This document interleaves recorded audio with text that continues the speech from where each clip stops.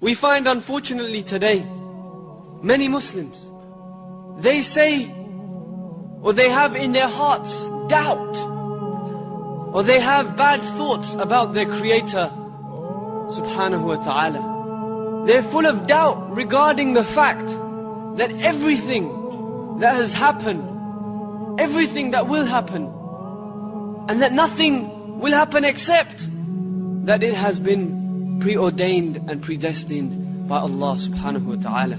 So we believe that things happen because Allah decrees them. And that doesn't mean that Allah loves evil. Allah only loves good, but Allah allows evil to happen for a wisdom that is with Him alone. I've heard with my own ears people saying, doesn't Allah know what is happening in Palestine, in Kashmir? Doesn't Allah see the bloodshed of our Muslim brothers dying? Of our mothers and our sisters being raped in various parts of the world? Doesn't Allah see this? Doesn't He hear the cry of the orphan whose father has been killed, whose uncles and grandfathers have been killed, slaughtered in front of him? Doesn't Allah hear the cry of these orphans?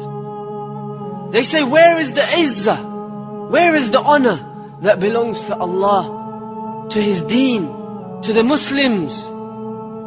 Where is the victory that Allah has promised us? Where is the help of Allah? Why are Muslims so humiliated? Why are Muslims in a state of humiliation? Isn't the victory and the honor, the help for the believers, hasn't this been promised by Allah? Hasn't He promised us establishment in the earth?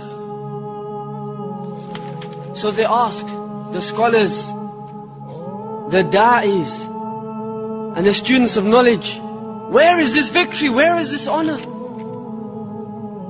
The kuffar, they say, are those who seem to have honor, who seem to have the upper hand, who seem to be victorious. The answer, my brothers and sisters, is that certainly these events happen. And certainly along with these events we must realize that nothing happens in this universe except by the qadr of Allah, by the knowledge of Allah, by the will of Allah, and by the wisdom of Allah subhanahu wa ta'ala. We are not more merciful to the oppressed than Allah. We do not have more mercy than Allah. Allah does not turn a blind eye to the situation of the Muslims today. Allah is not deaf. He's hearing the cries of the Muslims around the world. And we cannot claim that we see better, or we hear better, or even that we are more merciful because we feel more pity than Allah subhanahu wa ta'ala.